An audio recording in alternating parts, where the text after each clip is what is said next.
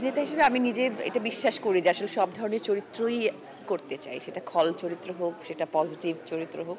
এবং খল চরিত্রে অভিনয় করা কিন্তু আরও অনেক বেশি চ্যালেঞ্জিং।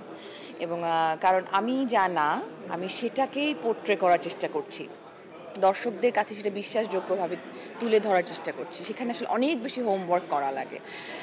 এরকম একটি চরিত্র করতে গিয়ে আমি প্রথমে একটু সন্দিহান ছিলাম যে আচ্ছা আসলে আমি নিজে বিশ্বাস করছি আমি এরকম স্যাটান ক্যারেক্টার, শয়তানি মানে একটা ক্যারেক্টার আসলে রোলটা প্লে করব দর্শকদের সামনে। তো কিন্তু যখন আমি আসলে কনভিন্সড হলাম গল্পটির মাধ্যমে, গল্পটা অদ্ভুত একটা, আমি আমি আমি বলবো যে এই সময়ের একটা প্রেক্ষাপটে এরকম একটা অর্থপূর্ণ একটা গল্পের যে সিলেকশন, এটার জন্য আসলে ডিরেক্টরকে আমি অবশ্যই সাধুবাদ জানাবো। কারণ আমাদের ভেতরে একটা মনুষ্যত্বের বোধের একটা টানাপোড়েন চলছে সবার ভেতরে, এই যে ডিলেমাটা, হ্যাঁ, যে আমি আমার বোধকে স্যাক্রিফাইস করব লোভে পড়ে, টাকার লোভ হোক বা ক্ষমতার লোভ হোক বা যে কোনো কিছুর লোভ হোক, সেই রকম একটা জায়গা, এই যে ডিলেমাটা, সেটা কে করাচ্ছে?